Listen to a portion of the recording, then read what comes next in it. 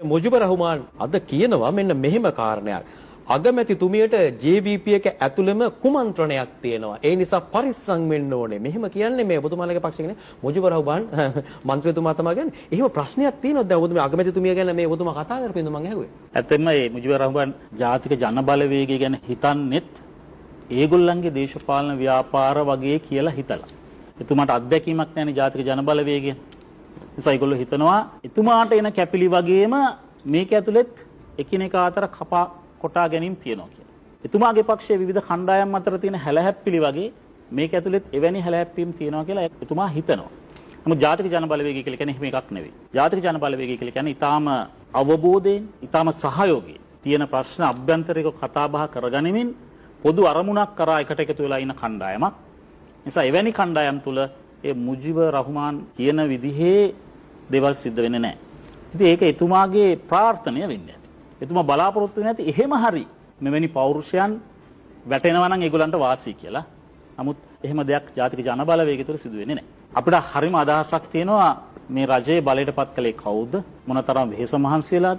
ඒ වෙනුවෙන් මේ රටේ ජනතාව දශක ගණනාවක් තුල මොනතරම් සිහින දැක්කද? ඒ හැඟීම අපිට තියෙනවා.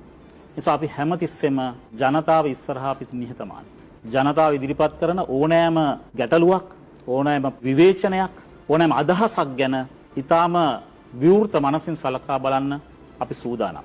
අපි මේ වසරක කාලය තුල වුණත් ඔබට තේරෙන්නේ නැති අපි ජනතාවත් සමග ගනුදෙනුවේදී උපරිමයෙන් නිහතමානී වෙන්න තමයි උත්සාහ කරන්නේ. ඔවුන්ට උන්කම් දෙන්න. ඔවුන්ගේ අදහස් අපට වැදගත්. මොකද ඔවුන් තමයි අපිව බලයටපත් කළේ. ඔවුන් තමයි අපිව රකින්නේ. ඒ වගේම මේ රජය කියලා කියන්නේ ඔවුන් වෙනුවෙන් වැඩ කරන රජයක්. නිසා ඔවුන් සහ අපි අතර ප්‍රතිවිරෝධයක් පවතින්නේ නැහැ. නමුත් සමහර විපක්ෂයේ മന്ത്രിවරුන්ට නිශ්චිත කරුණු නැහැ කියන්න. ෆැක්ට්ස් හැටියට කියන්න නැහැ.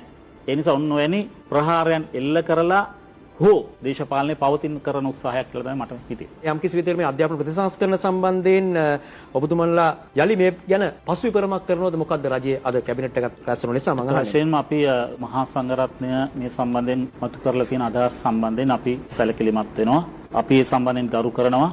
අපි පිළිගන්න දෙයක් තමයි මේ අධ්‍යාපන ප්‍රතිසංස්කරණ අපේ රටට අවශ්‍යයි.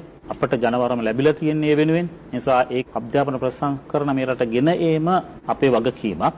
හැබැයි ඒ අතරින් අපි මේ ඉදිරිපත් කරලා තියෙන වැඩපිළිවෙල තුළ කිසියම් සැක සංකා අවිශ්වාසයන් මතුවලා තියෙනවා නම් අන්න ඒවා දුරු කරන්න, ඒ සඳහා අවශ්‍ය කරන වෙනස්කම් කරන්න අපි මොහොතක්වත් පැකිලෙන්නේ නැහැ. ඉතින් අපි මහා සංඝරත්නයේ අදහස් සලකා බලමින් කටයුතු කරන්න අපි සූදානම්.